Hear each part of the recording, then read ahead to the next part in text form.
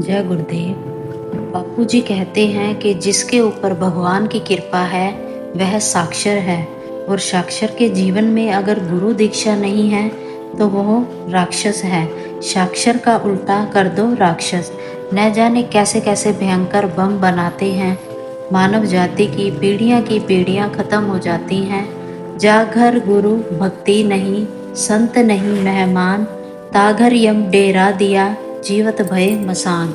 एक गांव में भोला नामक एक गरीब ब्राह्मण रहता था। वह शास्त्रों का ज्ञाता था और भगवान विष्णु का परम भक्त था। गांव के लोग उसकी सलाह लेने आते थे और वह निस्वार्थ भाव से उनकी समस्याओं का समाधान करता था। एक दिन गांव के एक सेठ ने उससे संतान प्राप्ति का उपाय पूछा। भोला ने ईमानदारी से बताया कि सेठ के पूर्व जन्म के कर्मों के कारण उसे संतान सुख नहीं मिल रहा है। सेठ ने धन का प्रलोभन देकर उपाय बताने का आग्रह किया, लेकिन भोला ने धन को ठुकरा दिया और कहा कि वह झूठ बोलकर पाप की कमाई नहीं कर सकता। सेठ ने गांव में भोला के खिलाफ अफवाह फैला दी, जिससे लोग उससे दूर हो गए।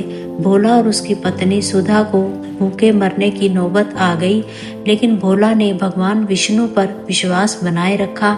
एक दिन भगवान विष्णु ने एक साधु के रूप में प्रकट होकर भोला की परीक्षा ली। भोला की निस्वार्थ सेवा और भक्ति से प्रसन्न होकर भगवान ने उसे आशीर्वाद दिया और उसकी स्थिति में सुधार आया। सच्ची भक्ति और ईमानदारी से भगवान की कृपा प्राप्त होती है, जो व्यक्ति को आत्मिक साक्षरता प्रदान करती है। यह साक्षरता केवल पुस्तकीय ज्ञान नहीं, बल्कि जीवन के सत्य को समझने की क्षमता है।